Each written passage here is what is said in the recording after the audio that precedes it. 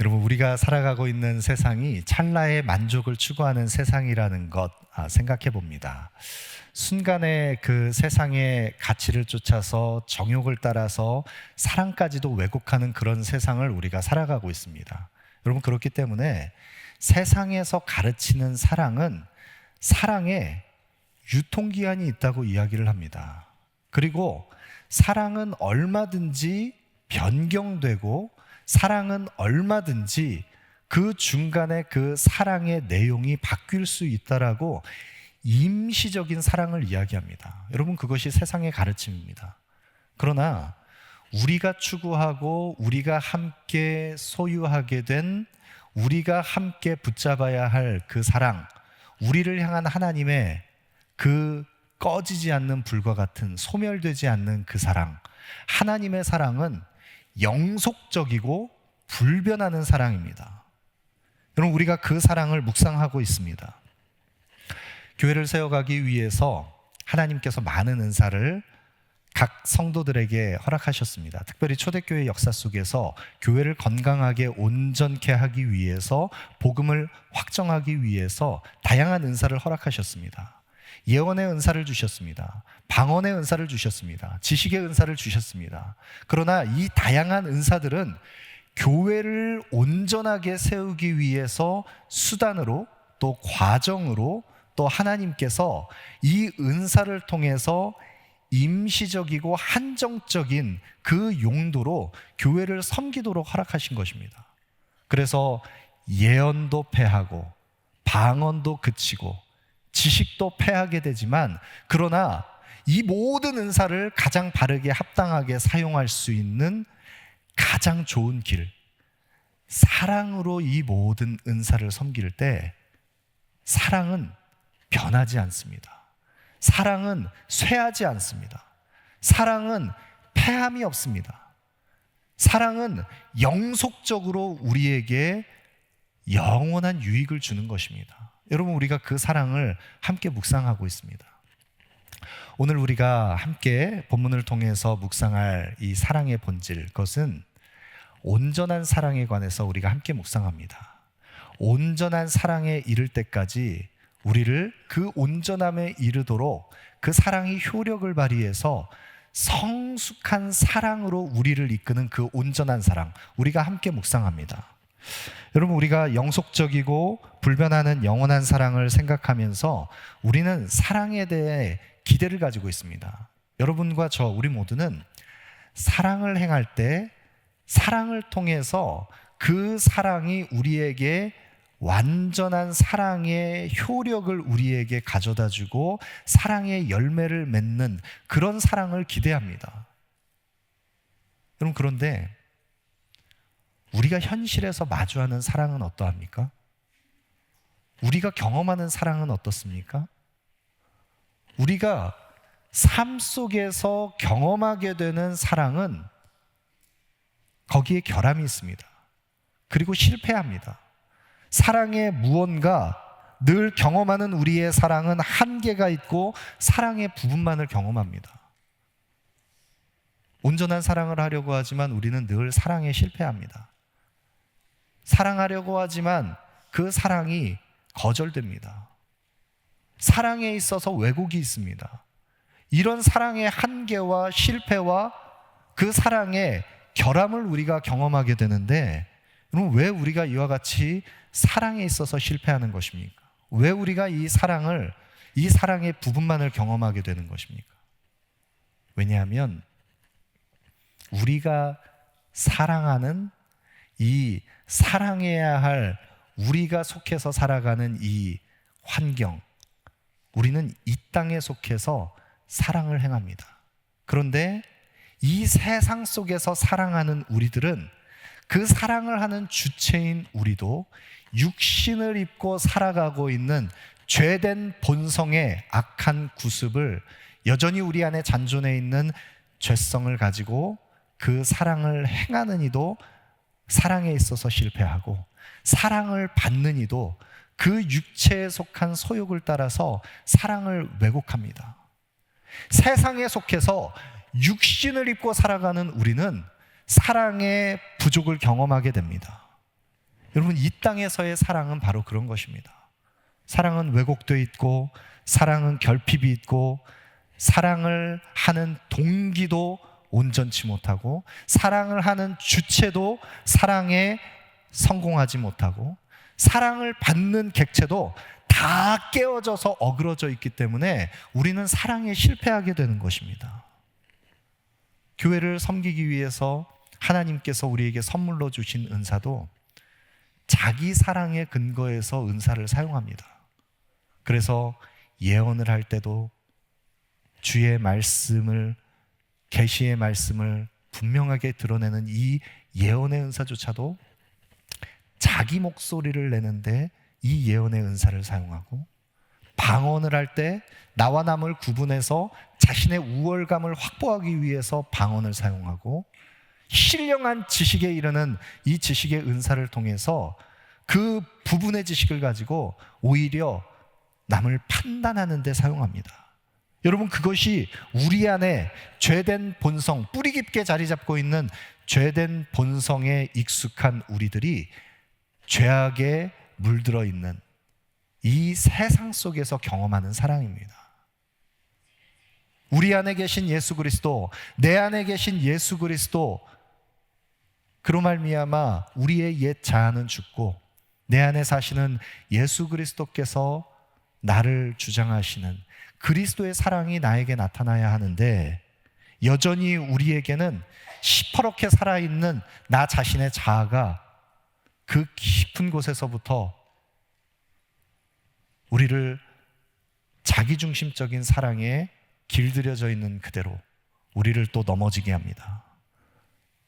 온전함에 이르지 못하게 하는 그런 사랑을, 우리는 부분의 사랑을 경험합니다. 오늘 본문 9절과 10절 말씀 함께 보시죠. 우리는 부분적으로 알고 부분적으로 예언하니 온전한 것이 올 때에는 부분적으로 하던 것이 패하리라. 여기에서 부분적으로 알고 부분적으로 예언한다, 여기서 부분적으로 안다라고 하는 것은 우리의 지금 사랑을 행하고 있는 우리들이, 사랑의 주체인 우리가, 또 사랑을 받는 객체인 사랑하는 이웃, 그들도, 우리 모두가 아직 완전함에 이르지 못한 결점이 있는 상태로 있다, 그것을 의미합니다. 여러분, 우리는 그런 불완전한 상태에 결점을 가지고 있는 상태에서 아직 온전함에 이르지 못한, 완전함에 이르지 못한, 여기에서 온전함과 완전함은 같은 의미입니다. 그 사랑의 완성의 단계에 이르지 못한 부분의 사랑을 가지고 우리는 미완의 사랑을 경험합니다. 여러분, 그래서 우리에게는 그 미완의 사랑, 부분의 사랑을 가지고 사랑하는 대상을 온전히 사랑하지 못하는 미성숙한 우리의 모습들을 자주 마주하게 됩니다. 여러분, 사랑하는 남편을, 사랑하는 아내를 여러분 온전한 사랑으로 사랑하십니까? 하나님의 사랑을 가장 잘 드러내야 할 남편과 아내의 관계, 또 부모와 자녀의 관계 마찬가지입니다. 그 사랑의 속성, 사랑의 본질을 드러내야 할 그런 사랑의 관계조차도 우리는 부분의 사랑을 가지고 내가 나를 기쁘기 위해서 나를 충족하는 그 사랑을 나를 위해서, 자기 사랑의 근거에서 상대방을 위해서 사랑하지 못하는 우리의 부끄러운 모습을 많이 봅니다. 자기 중심적인 사랑입니다.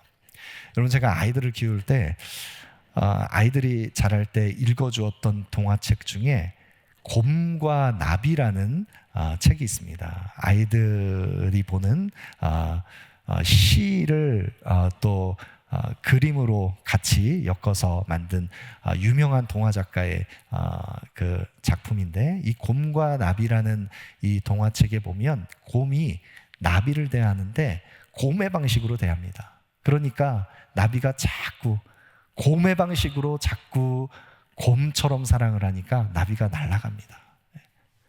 나비의 사랑을 얻지 못합니다.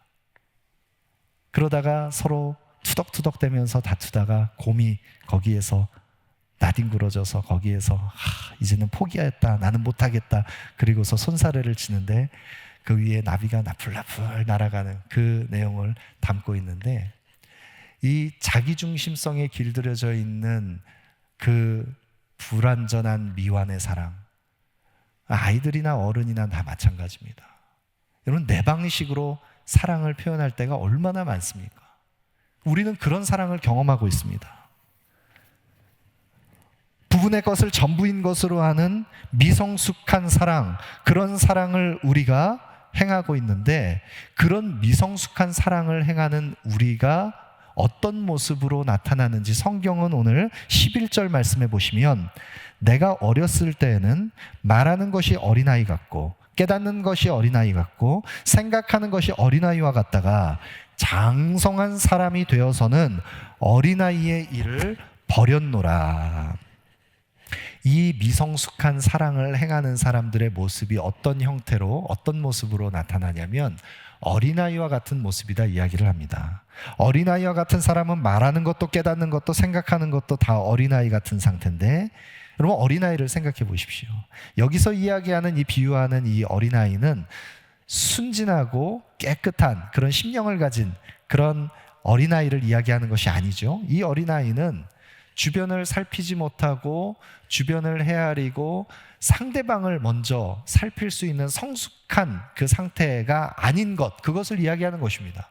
여러분, 아이들은 놀이터에서도 막 시끌벅적 떠들고, 또 아이들을 데리고 연주회에 가면 그 연주회에는 나이 제한이 있어서 또 너무 어린 아이들은 들어갈 수도 없습니다. 왜냐하면 주변을 살피면서 정숙해야 할 때 아이들은 그렇게 할 수 없기 때문입니다. 왜 그렇습니까? 미성숙하기 때문입니다. 어느 장소 누구를 만나든지 어디에서든지 어린아이와 같은 그런 미성숙한 상태는 자기 중심성에 길들여져 있습니다. 그렇기 때문에 미성숙한 사람은 자기 중심성을 벗어버리지 못하고 은사를 사용할 때도 자기 중심적으로 사용합니다.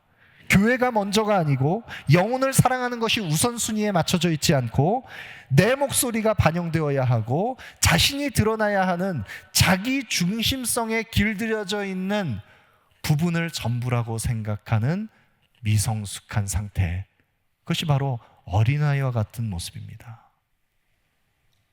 여러분, 그런 미성숙한 모습이 저와 여러분 우리에게 있지 않습니까?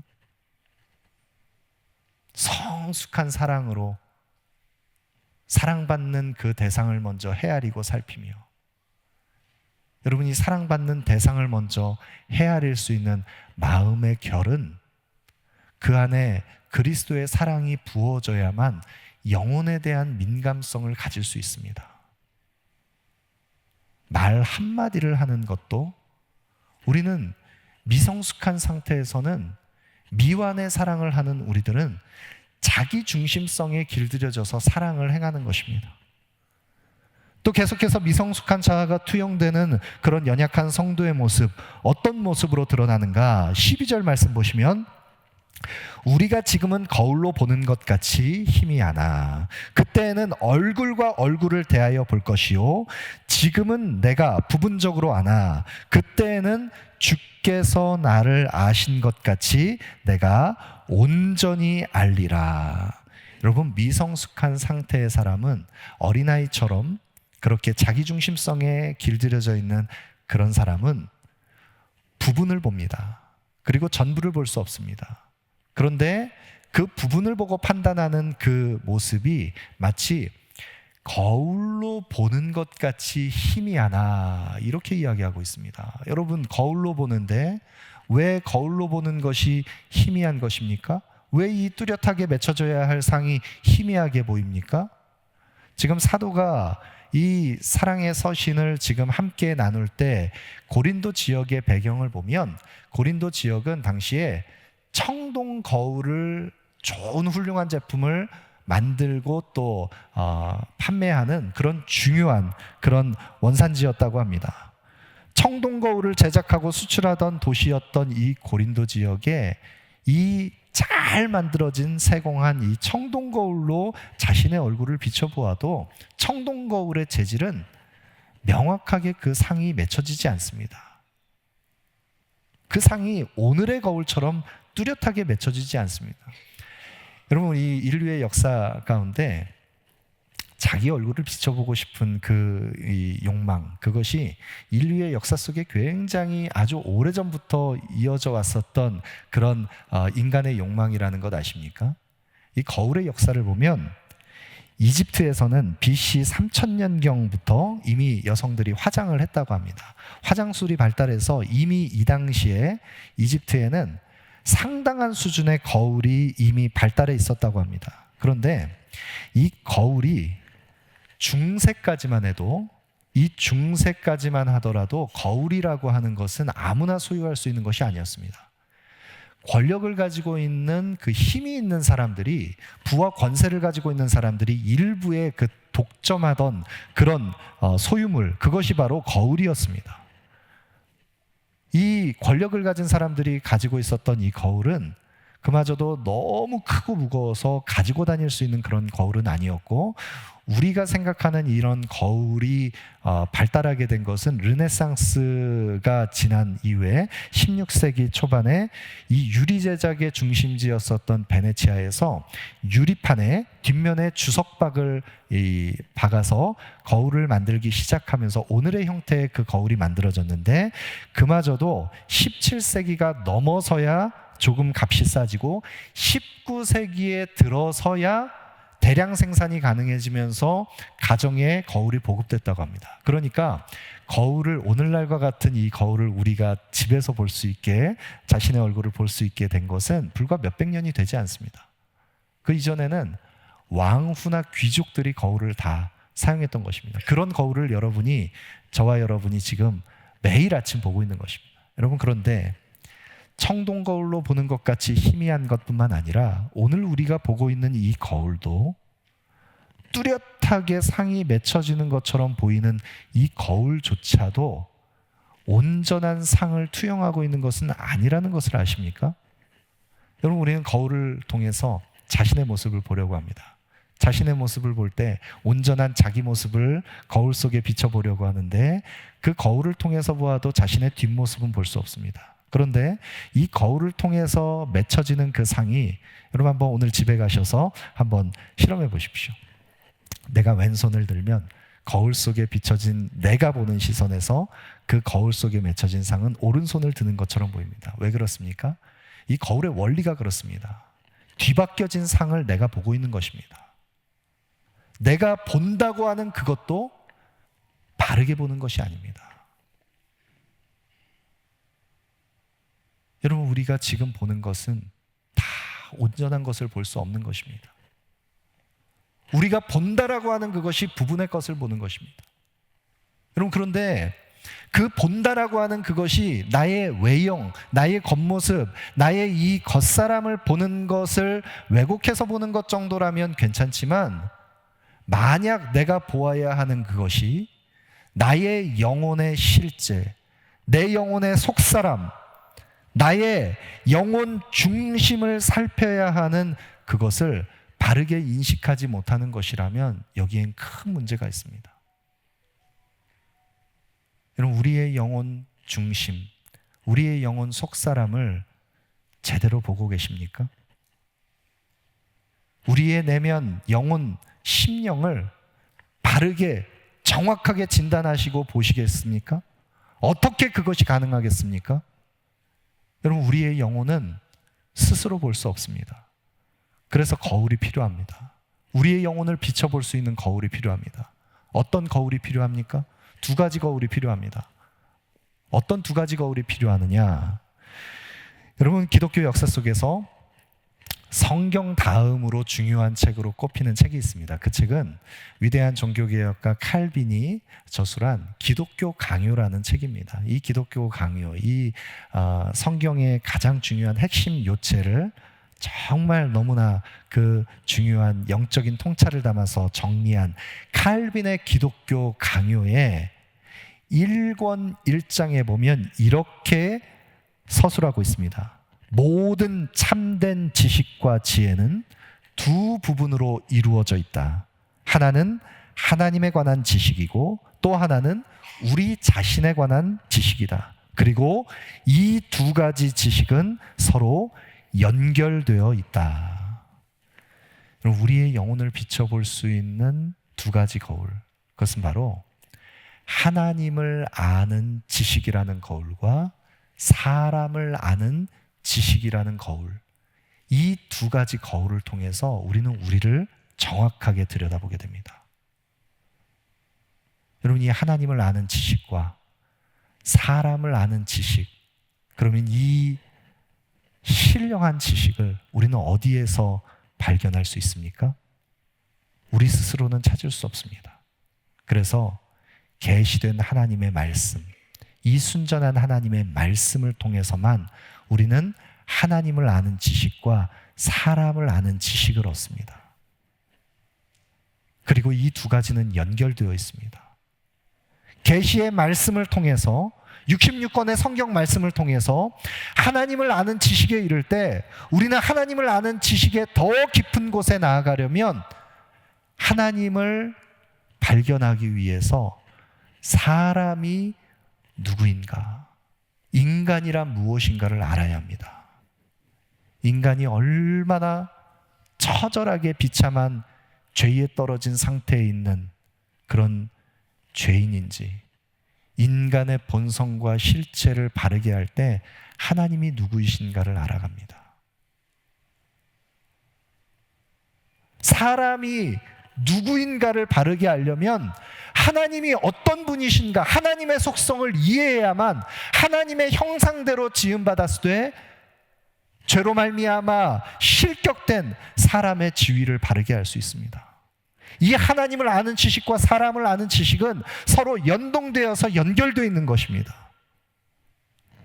여러분, 그렇기 때문에 이 하나님을 아는 지식과 사람을 아는 바른 지식을 계시의 말씀을 통해서 우리가 바르게 이해할 때에만 하나님께서 우리를 얼마나 놀라운 구원의 영광으로 부르셨는지, 교회를 통해서 나타내실 하나님의 그 풍성한 그 부르심의 그 영광이 무엇인지, 그래서 사도 바울은 에베소서 1장에 지혜와 계시의 영을 우리에게 부어주셔서 너희에게 하나님을 알게 하시고 너희 마음 눈을 밝히셔서 부르심의 소망이 무엇이고 성도 안의 기업의 영광의 풍성함이 무엇인지를 알게 하시기를 원한다고 교회를 위해서 기도할 때마다 그 마음 눈을 밝혀주시기를 간절히 기도했습니다. 우리의 그 닫혀진 마음 눈이 열리지 않으면 우리에게 주어진 그 구원의 영광, 그 부르심의 그 놀라운 그 풍성함이 무엇인지, 교회를 통해서 나타내시는 하나님의 그 놀라운 구원의 경륜이 어떠한 것인지를 우리는 깨달을 수 없습니다. 우리의 시각으로 보면 부분만을 알 뿐입니다. 미성숙한 상태에 우리는 벗어날 수 없습니다.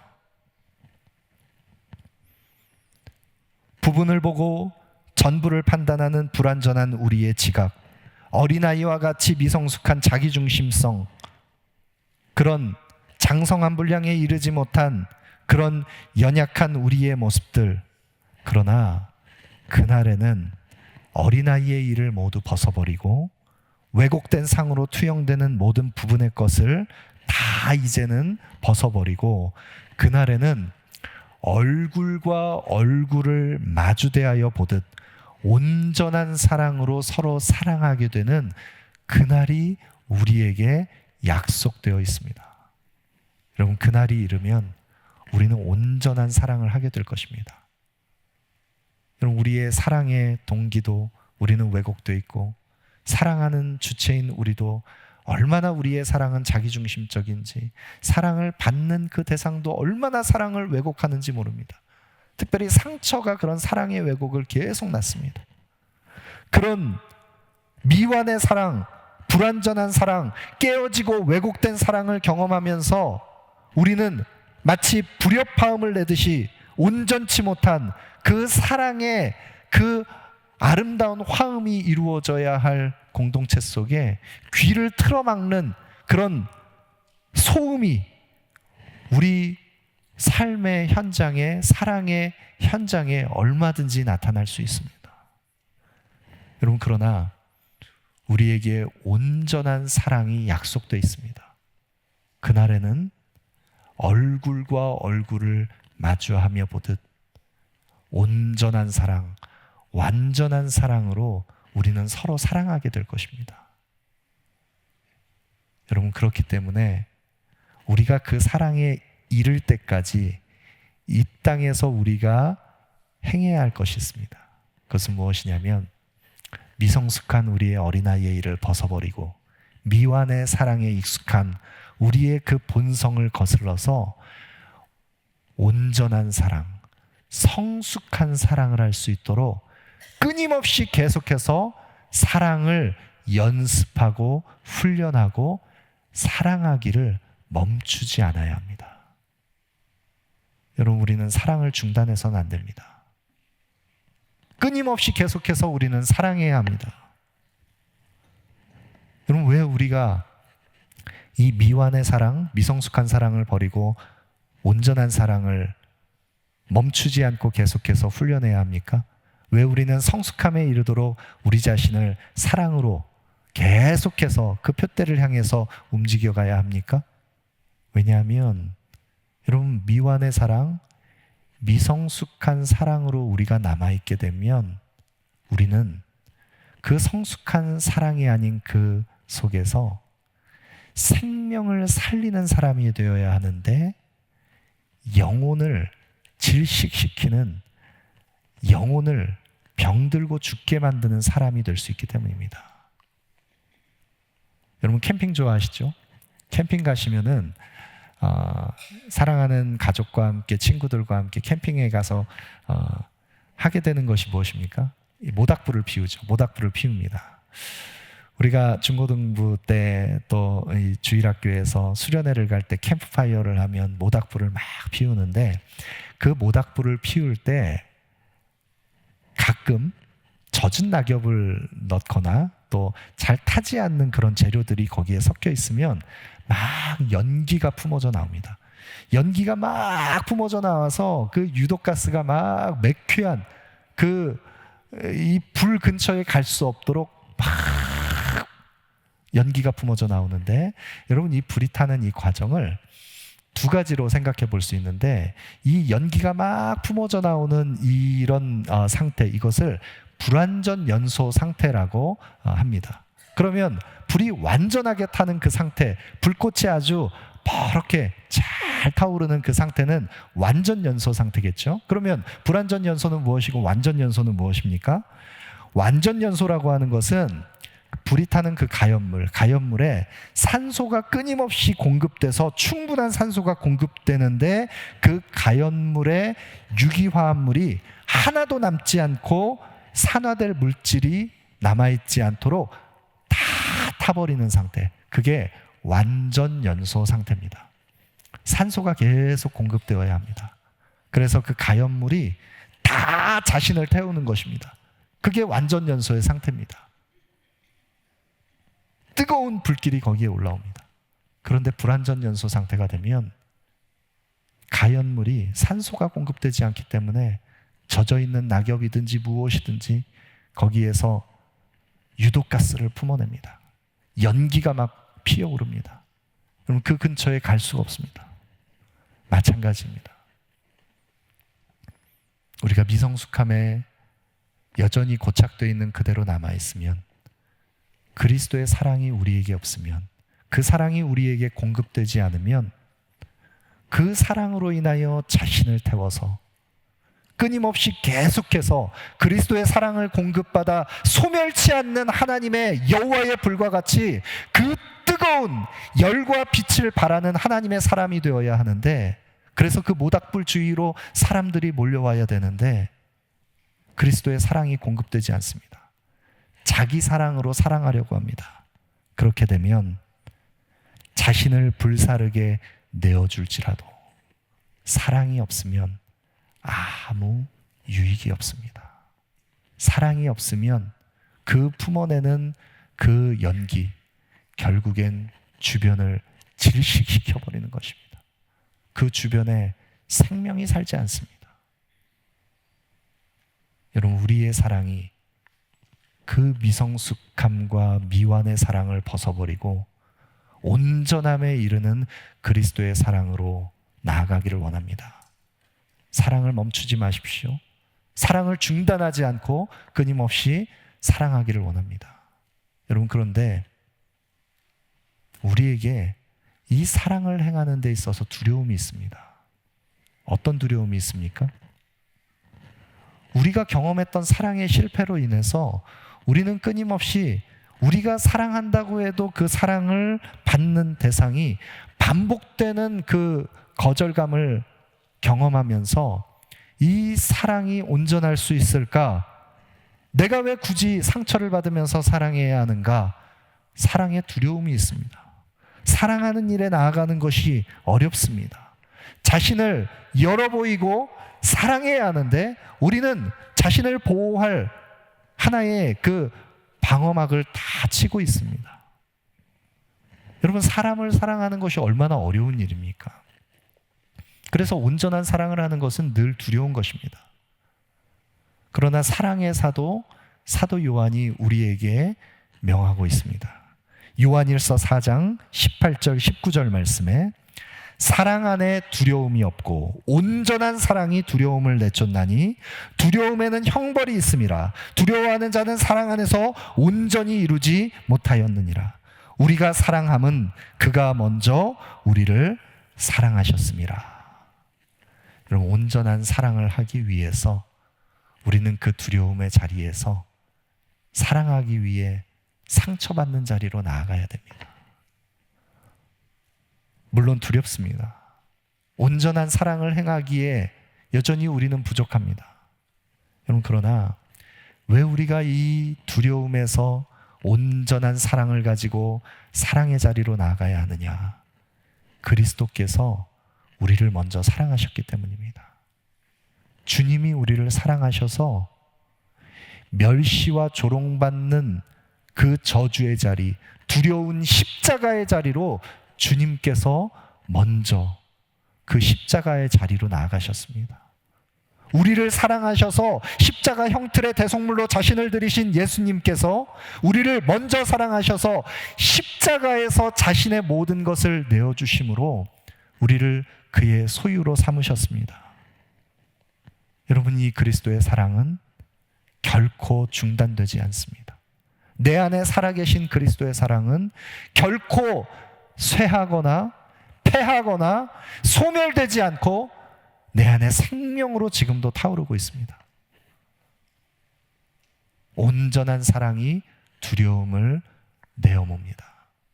온전한 사랑으로 우리는 참된 사랑을 이룹니다. 여러분, 그 사랑으로 그리스도께서 지금도 우리를 그 사랑으로 그의 소유된 백성으로 택하셔서 온전한 사랑의 자리로 우리를 이끌고 계십니다.